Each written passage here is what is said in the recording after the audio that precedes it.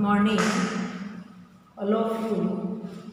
आज हम paper first ज्ञान तथा पाठ्यक्रम यूनिट 3 जो रेगुलर चल रही है रनिंग में आपकी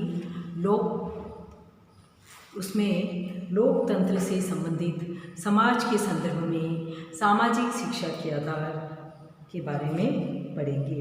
अब तक आपने रविन्द्रनाथ टैगोर शैक्षिक जो विचारक हैं महात्मा गांधी, डीवी, प्लेटो,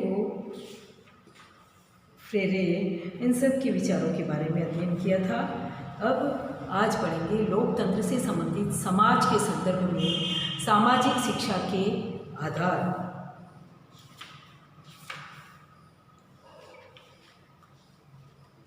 लोकतंत्र है, औद्योगिकरण है, व्यक्तिगत स्वायत्तता के विचार है, समानता और सामाजिक न्याय से संबंधित समाज के संदर्भ में सामाजिक शिक्षा के आधार है। इन सब के बारे में अलग अलग अध्ययन करेंगे। जैसे शिक्षा के सामाजिक आधारों की अवधारणा को स्पष्ट किया जाए तो ये तथ्य सामने आता है कि शिक्षा एवं समाज में घनिष्ठ संबंध है। एक ओर जहाँ शिक्षा द्वारा समाज की आकांक्षाओं की पूर्ति की जाती है, वहीं दूसरी ओर शिक्षा के माध्यम से सामाजिक विकास भी संभव होता है। शिक्षा के अभाव में मानव को पशु की संज्ञा दी जाती है। शिक्षा विहीन समाज को मानव समाज नहीं कहा जा सकता, वरन उसको पशु समाज का नाम दिया जा सकता है। इसलिए शिक्षा को समाज का आवश्यक एवं महत्वपूर्ण अंग माना जाता है। लोकतंत्र, औद्योगिकरण, व्यक्तिगत स्वायत्तता के विचार, समानता और सामाजिक न्याय से संबंधित समाज के संदर्भ में सामाजिक शिक्षा के आधारभूत तत्वों को शिक्षा व्यवस्था में सम्मिलित किया जाना आवश्यक है, क्योंकि जब तक समाज में आधारभूत सुविधाएं एवं व्यवस्थाएं उपलब्ध नहीं होगी तब तक सामाजिक विकास की कल्पना नहीं की जा सकती, उनको व्यावहारिक रूप प्रदान नहीं किया जा सकता। लोकतंत्र, डेमोक्रेसी अरस्तु के समय से लेकर आज तक साधारणतया शासन व्यवस्था के 3 रूप प्रचलित रहे हैं: राजतंत्र, कुलीन तंत्र और लोकतंत्र। लंबे समय तक लोकतंत्र का तात्पर्य एक प्रकार से ही लिया जाता था।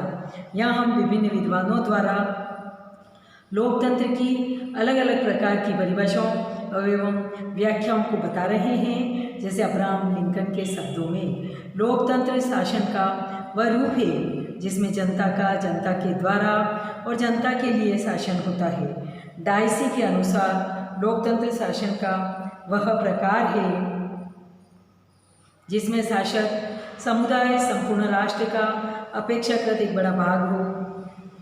गिडिंग्स के अनुसार प्रजातंत्र केवल सरकार का ही रूप नहीं है, वरन राज्य और समाज का रूप अथवा इन तीनों का मिश्रण भी है। मैक्सी के शब्दों में 20वीं सदी के प्रजातंत्र से तात्पर्य एक राजनीतिक जीवन के उस मार्ग की खोज है जिसमें मनुष्य को स्वतंत्र और ऐच्छिक वृद्धि के आधार पर उनमें अनुरूपता और एकीकरण लाया जा सके। प्रजातंत्र लोकतंत्र शासन के भेद 2 भेद होते हैं: प्रत्यक्ष लोकतंत्र और अप्रत्यक्ष प्रतिनिधित्मक अप्रत्यक्ष प्रजातंत्र। प्रत्यक्ष लोकतंत्र किसे कहते हैं उसके बारे में पढ़ेंगे। जब प्रभु सत्तावान जनता प्रत्यक्ष रूप से शासन कार्यों में भाग लेती है और नीति निर्धारित करती है, कानून बनाती है और प्रशासनाधिकारी नियुक्त कर उन पर नियंत्रण रखती है, तो उसे प्रत्यक्ष लोकतंत्र कहते हैं। हंसा के अनुसार शुद्ध रूप में लोकतांत्रिक शासन वह शासन है जिसमें संपूर्ण जनता स्वयं प्रत्यक्ष रूप से बिना कार्यवाहकों या प्रतिनिधियों की प्रभुसत्ता का प्रयोग करती है। प्राचीन काल में ग्रीक नगर राज्यों और भारत के 25 संघ में प्रत्यक्ष लोकतंत्रात्मक शासन प्रचलित था। इस प्रकार की प्रत्यक्ष लोकतंत्रात्मक शासन व्यवस्था का कम जनसंख्या वाले छोटे राज्यों में ही संभव हो सकती है और वर्तमान समय के विशाल राष्ट्रीय राज्यों में इसे अपनाया संभव नहीं है। प्रतिनिधित्मक या अप्रत्यक्ष प्रजातंत्र, जब प्रभुसत्तावान जनता स्वयं प्रत्यक्ष रूप से इस प्रकार की प्रभुसत्ता का प्रयोग न कर अपने प्रतिनिधियों के माध्यम से कार्य करती है, तो इसे प्रतिनिधित्मक या अप्रत्यक्ष लोकतंत्र कहते हैं। संविधान के अनुसार प्रजातंत्र समाजवाद एवं धर्मनिरपेक्षता के मूल्यों को स्वीकार कर लिया गया है। गिल के शब्दों में प्रतिनिध्यात्मक लोकतंत्र वह होता है जिसमें संपूर्ण जनता अथवा उसका बहुसंख्यक भाग शासन की शक्ति का प्रयोग अपने उन प्रतिनिधियों द्वारा करती है जिन्हें वह समय समय पर चुनती है। वर्तमान समय में विश्व के अधिकांश राज्यों में प्रतिनिध्यात्मक या प्रत्यक्ष लोकतंत्र ही स्थापित है। अब है आपके लोकतंत्र के गुण। एक अच्छे लोकतंत्रीय शासन की व्यवस्था निम्न प्रकार से होती है। जन कल्याण की भावना। लोकतंत्र में जनता के उन प्रतिनिधियों के द्वारा शासन किया जाता है जिनका चुनाव जनता एक निश्चित समय के लिए करती है। जनता के प्रतिनिधि जनता की इच्छाओं, भावनाओं और आवश्यकताओं से पूर्णतया परिचित होते हैं। उनको शासन के अधिकार इसी आधार पर प्राप्त होते हैं कि वे इसका प्रयोग जनता के हितों और इच्छाओं के अनुसार करेंगे। इस प्रकार लोकतंत्र का सबसे बड़ा गुण है कि इसमें शासन आवश्यक रूप से लोक कल्याण के लिए होता है। सेकंड है सर्वाधिक कार्यकुशल शासन। प्रजातंत्र किसी भी दूसरी शासन व्यवस्था की अपेक्षा अधिक कार्यकुशल होता है और इसके अंतर्गत सबसे अधिक शीघ्रतापूर्वक तथा आवश्यक रूप से जनता के हित में कार्य किए जाते हैं। गार्नर के अनुसार लोकप्रिय निर्वाचन, लोकप्रिय नियंत्रण और लोकप्रिय उत्तरदायित्व की व्यवस्था के कारण दूसरी किसी भी शासन व्यवस्था की अपेक्षा यह शासन अधिक कार्यकुशल होता है। थर्ड पॉइंट है सार्वजनिक शिक्षण। लोकतांत्रिक शासन का एक गुण सार्वजनिक शिक्षण है।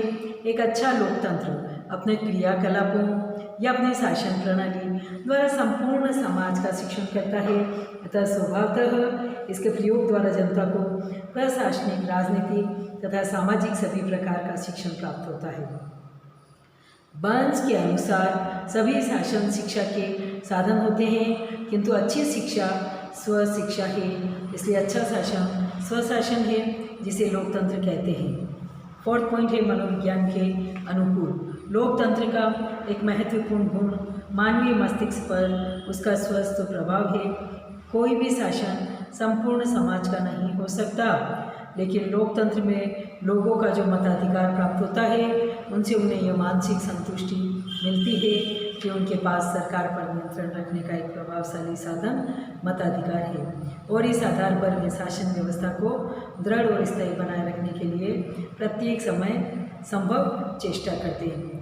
हार्किंग के अनुसार लोकतंत्र चेतना और उपचेतना मन की एकता है।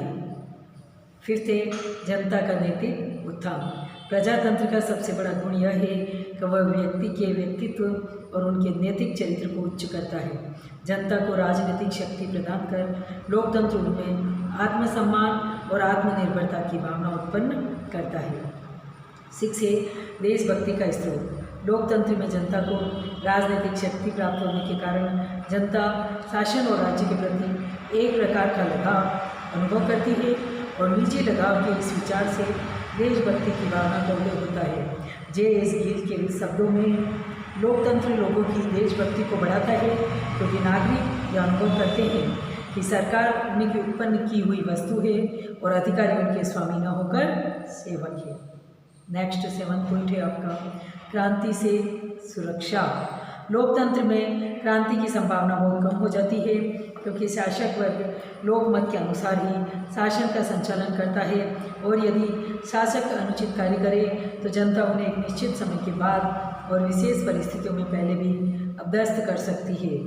गिलक्राइस्ट के अनुसार लोकप्रिय शासन सार्वजनिक सहमति का शासन है, अतः स्वभाव से ही वह क्रांतिकारी नहीं हो सकता। 8th पॉइंट है समानता और स्वतंत्रता पर आधारित। लोकतंत्र व्यक्तियों की समानता के आदर्शों पर आधारित है। जितनी स्वतंत्रता जनता को लोकतंत्र में प्राप्त होती है उतनी स्वतंत्रता सरकार के अन्य किसी रूप में नहीं मिलती। लोकतंत्र कुलीन तंत्र की इस बात को स्वीकार नहीं करता कि कुछ व्यक्ति शासन करने के लिए कुछ शासित होने के लिए ही पैदा हुए हैं, वरन वह यह तो जाति, धर्म, वर्ण, रंग, लिंग और संपत्ति के भेद को महत्व न देते हुए मानव मात्र की आधारभूत समानता में विश्वास करता है। नेक्स्ट पॉइंट है विचार विनिमय और समझौते की भावना उत्पन्न करना।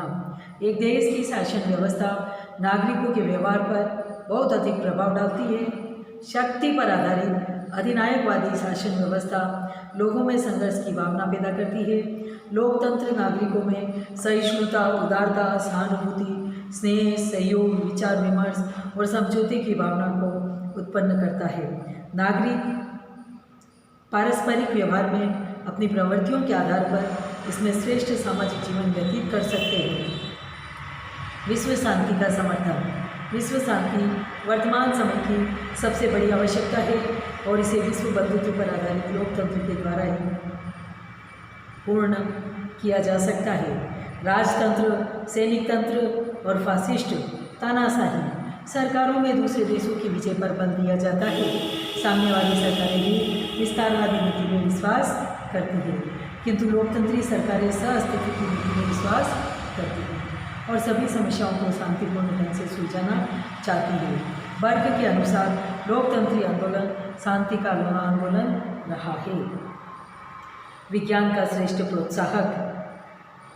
राजतंत्र और कुलीन तंत्र में स्वतंत्रता के वातावरण का लगभग अभाव ही होता है। स्वतंत्रता के अभाव में विज्ञान का विकास संभव नहीं हो पाता, लेकिन लोकतंत्र में विज्ञान का बहुत अधिक श्रेष्ठ रूप में विकास संभव है।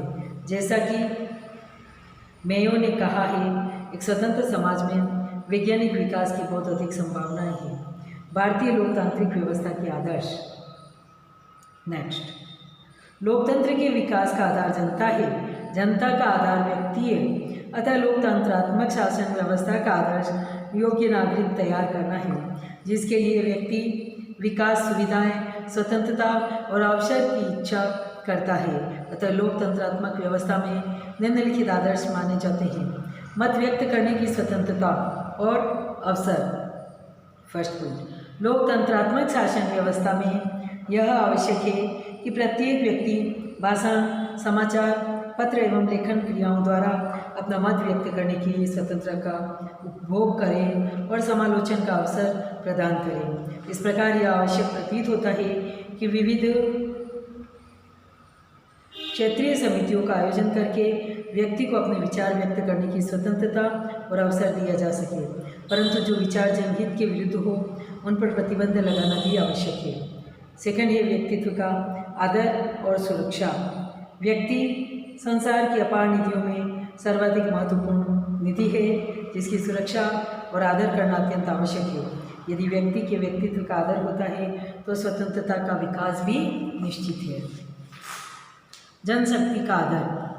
व्यक्ति के विकास के लिए ही शासन व्यवस्था की जाती है। लोकतांत्रिक शासन प्रणाली में जनता द्वारा जनता के लिए लोकतांत्रिक प्रयास किए जाते हैं। अतः जनशक्ति का आदर करना इस शासन प्रणाली का मुख्य आदर्श होता है। बंधुत्व की भावना का प्रसार। व्यक्ति जन्म से ही स्वतंत्रता का अधिकारी है।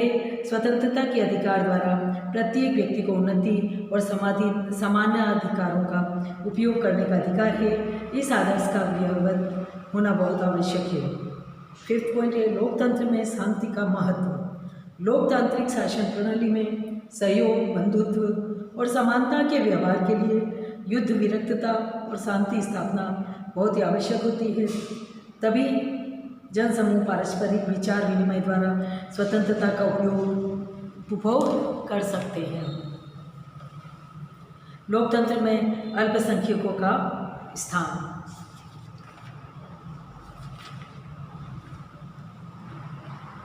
लोकतांत्रिक शासन व्यवस्था में संप्रदायवाद, वर्गवाद, जातिवाद, भाषावाद, प्रांतीयता को लेश मात्र भी स्थान नहीं दिया जाता।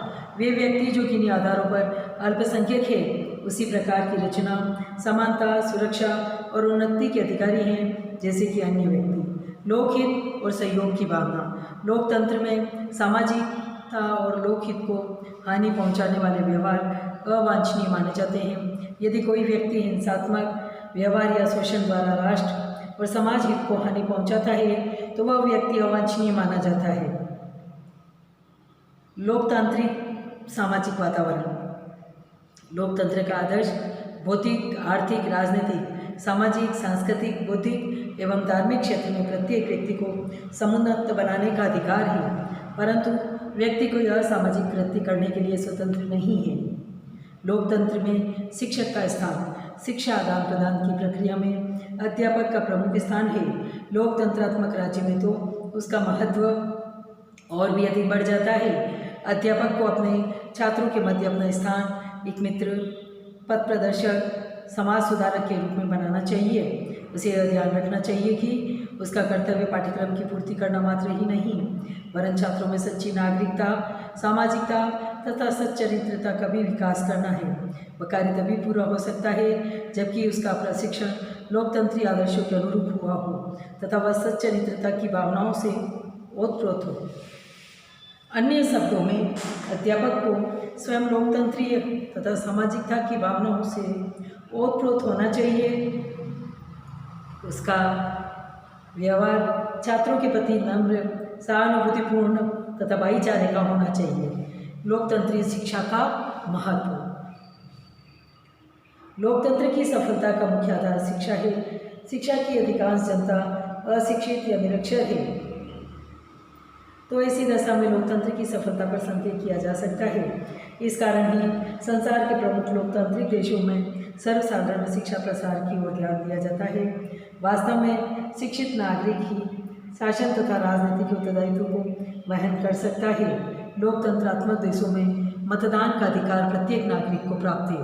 इस अधिकार के द्वारा वह प्रत्यक्ष तथा अप्रत्यक्ष रूप से शासन में भाग लेता है। शिक्षित नागरिक ही मतदान का उपयोग ठीक ढंग से कर सकता है। शिक्षा प्रत्येक नागरिक को इस योग्य बनाती है जिससे वह उत्तरदायित्वपूर्ण ढंग से शासन में प्रत्यक्ष तथा अप्रत्यक्ष रूप से भाग ले सके। वह नागरिकों के चरित्र का उत्थान करती है और उनमें प्रेम और उत्साह की भावना का संचार करती है। लोकतंत्रीय शिक्षा का स्वरूप। जॉन डीवी लिखते हैं कि लोकतंत्र में इस प्रकार की शिक्षा होनी चाहिए जिससे व्यक्तियों में सामाजिक संबंध और नियंत्रण में व्यक्तिगत रुचि उत्पन्न हो जाए और उनमें ऐसी मानसिक आदतों का निर्माण हो जिनसे अव्यवस्था उत्पन्न हुए बिना सामाजिक परिवर्तन होना संभव हो। यथार्थ में लोकतंत्रीय शिक्षा का मुख्य कार्य लोकतंत्र की सुरक्षा करना, उसे बल प्रदान करना तथा लोकतांत्रिक वातावरण उत्पन्न करना है। संक्षेप में लोकतंत्रात्मक देश में शिक्षा का स्वरूप भी लोकतंत्रीय होना चाहिए। नेक्स्ट है आपका लोकतंत्रीय शिक्षा के उद्देश्य। फर्स्ट पॉइंट है सर्वसाधारण के लिए शिक्षा की व्यवस्था करना। लोकतंत्रात्मक राज्य में शिक्षा का मुख्य उद्देश्य राष्ट्र की सर्वसाधारण जनता को साक्षर बनाने के लिए शिक्षा का समुचित प्रबंध करना है।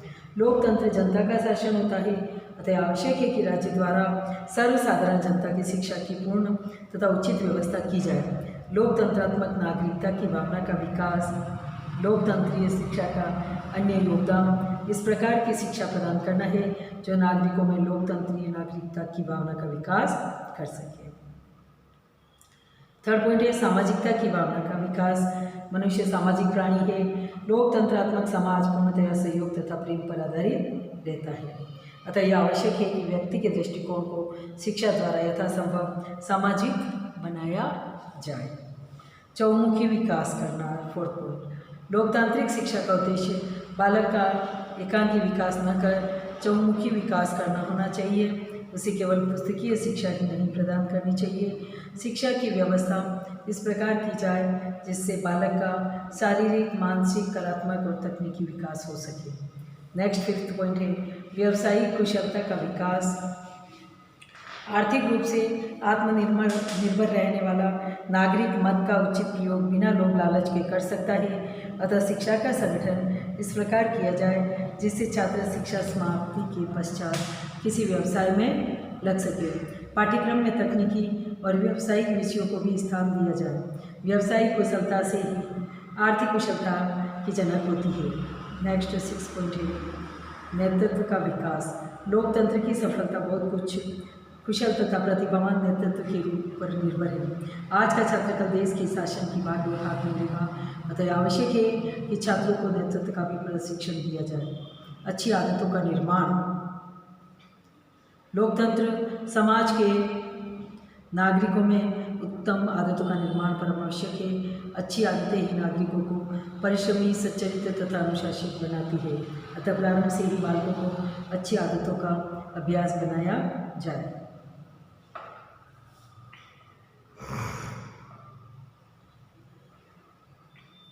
एट्थ पॉइंट है कुशलताओं का सृजन।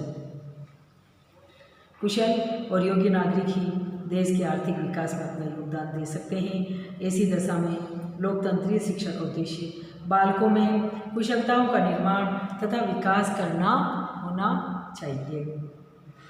नेक्स्ट है व्यक्ति की रुचियों का विकास। लोकतंत्रात्मक शिक्षा का अन्य उद्देश्य व्यक्ति की विभिन्न रुचियों का उचित दिशा में विकास करना है। श्रेष्ठ रुचियाँ व्यक्ति को श्रेष्ठ नागरिक बनाती है। अतः शिक्षा का आयोजन इस ढंग से किया जाए जिससे बालकों की विभिन्न रुचियाँ ठीक प्रकार से उचित दिशा में विकसित हो सके। लोकतंत्रीय व्यवस्था में शिक्षा का योगदान। लास्ट पॉइंट है आपका ये। लोकतंत्र की सफलता के लिए विद्यालयों में पूर्ण रूप से लोकतंत्रीय वातावरण निर्मित किया जाना चाहिए। इस प्रकार का वातावरण उत्पन्न करने के लिए प्रेम, सहयोग, सहानुभूति, परोपकार आदि गुणों पर विशेष रूप से बल दिया जाए। दूसरे विद्यालय के द्वारा बिना किसी भेदभाव के समस्त वर्गों के लिए खुले रहे। तीसरे विद्यालय का संबंध समाज से होना चाहिए। पाठ्यक्रम का निर्माण इस ढंग से किया जाए जिससे समाज की विभिन्न आवश्यकताओं की पूर्ति हो सके। चौथे, समाज को विद्यालय के निकट लाने के लिए विद्यालय के पुस्तकालय, वाचनालय तथा क्रीड़ा स्थल आदि समाज के अन्य सदस्यों को उपयोग के लिए दिए जाए। पांचवें, विद्यालयों को समाज के नवनिर्माण में भी योग देना चाहिए। इसके लिए विद्यालयों को छात्र छात्राओं के दृष्टिकोण को प्रगतिशील बनाने के साधन जुटाने चाहिए। अतः लोकतांत्रिक व्यवस्था में शिक्षा के योगदान को निम्न प्रकार से सम्मिलित किया जा सकता है। जैसे फर्स्ट पॉइंट है व्यवहारिक आदर्शों का निर्धारण। लोकतांत्रिक व्यवस्था के लिए यह आवश्यक है कि समाज में ऐसे आदर्शों पर बल दिया जाए जो व्यवहारिक हो। उस समय सामाजिक व्यवस्था दुर्बल होने लगती है जबकि आदर्शों का पालन नहीं किया जाता, केवल उनकी चर्चा होती है। इसीलिए सामाजिक व्यवस्था को बनाए रखने का एक उपाय है व्यवहारिक आदर्शों का निर्धारण। दूसरे शब्दों में समाज के सदस्यों को यह सिखाया जाए कि वे सामाजिक आदर्शों के अनुकूलन के लिए किस प्रकार कार्य कर सकते हैं। इस बात पर बल दिया जाए जिससे लोगों का आचरण लोकतांत्रिक आदर्शों के अनुकूल बन जाए। सेकंड पॉइंट है वैज्ञानिक दृष्टिकोण का विकास। सामाजिक व्यवस्था का सुचारू रूप से संचालन भी एक उपाय है जो लोगों में वैज्ञानिक दृष्टिकोण का विकास करता है। जब समाज के सदस्य अंधविश्वास से ग्रस्त हो जाते हैं तो ऐसी बातों में विश्वास करने लगते हैं जिनका कोई वैज्ञानिक आधार नहीं है, तब सामाजिक व्यवस्था बिगड़ने लगती है। इसलिए इस बात पर बल दिया गया है कि शिक्षा के द्वारा वैज्ञानिक दृष्टिकोण का वांछनीय विकास किया जाए। थर्ड पॉइंट है आर्थिक संपन्नता में वृद्धि। जैसे जब किसी समाज में आर्थिक संपन्नता का अभाव होता है, लोग गरीबी तथा बेकारी में पीड़ित होते हैं, तब सामाजिक अव्यवस्था होना स्वाभाविक है। गरीब और बेकार लोग किसी न किसी प्रकार जीवन बिताने का प्रयास करते हैं लेकिन उन्हें बहुत कम सफलता मिलती है। आजकल जो तरह तरह के नारे सुनाई पड़ते हैं उनके मूल में आर्थिक संपन्नता की कमी है। लोकतंत्र में समाजवाद का नारा इस बात पर बल देता है कि समाज के सभी वर्गों को प्रगति के समान अवसर प्राप्त हो, सभी लोगों को आवश्यकता अनुसार भोजन, वस्त्र तथा रहने के लिए मकान मिल सके। फलतः सामाजिक व्यवस्था को बनाए रखने का तीसरा उपाय आर्थिक संपन्नता में वृद्धि करना है और दूसरे शब्दों में सभी व्यक्तियों के लिए काम और रोजगार की व्यवस्था करना समाज का दायित्व माना गया है। शिक्षा के द्वारा व्यक्तियों में व्यावसायिक कुशलता उत्पन्न की जा सकती है जो समाज की आर्थिक संपन्नता में सहायक होती है। नेक्स्ट पॉइंट है सामाजिक नियंत्रण की शिक्षा। सामाजिक व्यवस्था के संतोषजनक संचालन के लिए सामाजिक नियंत्रण की शिक्षा निरंतर होनी चाहिए। ज्ञात है कि सामाजिक आदर्श तथा मूल्यों के प्रति वांछनीय भावनाएं होती है। नेक्स्ट है बेकारी समाप्त करना। आजकल भारत में शिक्षित बेकारों की संख्या में निरंतर वृद्धि हो रही है। शिक्षित बेरोजगार युवक बेकारी से उबकर हिंसा का मार्ग अपना रहे हैं, ऐसे कार्य कर रहे हैं जो समाज और राष्ट्र के लिए अपमानजनक एवं हानिकारक है। वे अपने हिंसात्मक कार्य के द्वारा सामाजिक व्यवस्था को दुर्बल बना रहे हैं।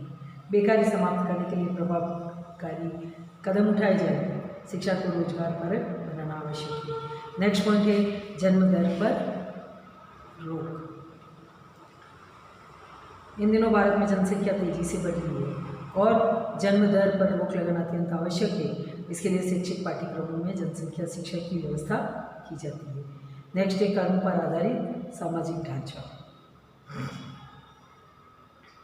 जब व्यक्ति को जन्म जाति अथवा आर्थिक संपन्नता के आधार पर ऊंचा पद न देकर कर्म के आधार पर सामाजिक सम्मान प्रदान किया जाता है, तब सामाजिक व्यवस्था अच्छी मानी जाती है, जिसमें कि सभी लोग अपनी योग्यता और शक्ति के अनुसार कार्य कर प्रतिष्ठा पाते हैं। इसलिए सामाजिक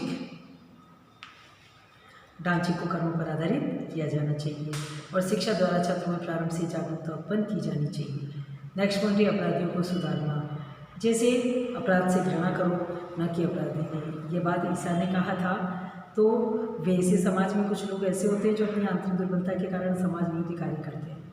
वैसे तो कानून बना हुआ है कि अपराध करे उसे दंड दिया जाए।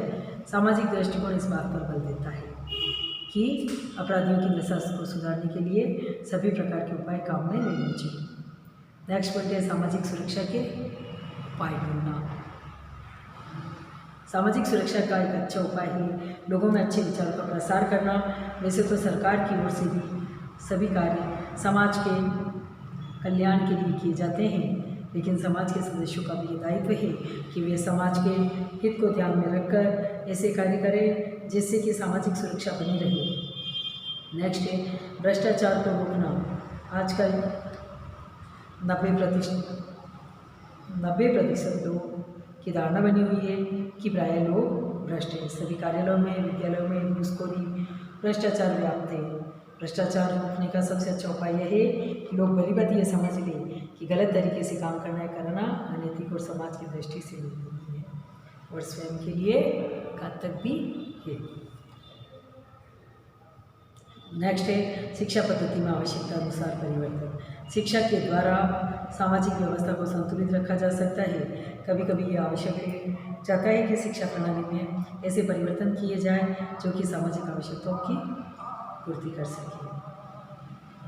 जैसे समाज में कुशल तकनीकी कार्यकर्ताओं की आवश्यकता है, तो शिक्षा में तकनीकी विषयों को उच्च स्थान देना चाहिए। नेक्स्ट पॉइंट है इसका सांस्कृतिक विलंबन को दूर करना। समाज शास्त्रीय दृष्टिकोण से सांस्कृतिक विलंबना उस समय उपस्थित होती है जब लोगों के कार्यों और विचारों में मेल नहीं होता। आज ऐसे साधन उपलब्ध है जो गरीबी, बीमारी एवं बेकारी को मिटा सके। उन मूल्यों का अभाव है। इसका मुख्य कारण है कि भारत में धार्मिक और आध्यात्मिक चर्चा तो अधिक होती है, लेकिन कार्यकुशलता तथा उत्पादन में वृद्धि की ओर बहुत कम ध्यान दिया जाता है। सामाजिक व्यवस्था को दुरुस्त बनाए रखने के लिए सांस्कृतिक विलंबना को दूर रखा जाए और इसे उत्पन्न होने का अवसर नहीं दिया जाए। इस कार्य के लिए भी अच्छी शिक्षा व्यवस्था की महत्व आवश्यक है। आपके ये पेपर फर्स्ट का 3rd यूनिट में से ही चल रहा है, आपकी लंबी चलेगी। इसकी असाइनमेंट जिस डेट को ये डाली जाएगी 1 तारीख को, उसी दिन असाइनमेंट भी मिल जाएंगे और एक दिन छोड़कर आपको असाइनमेंट मेल करने हैं, उससे आपकी अटेंडेंस लगा दी जाएगी और कम से कम सारे स्टूडेंट टाइम से और अच्छे से उसको कंप्लीट करके ईमेल करने का करें। Thank you.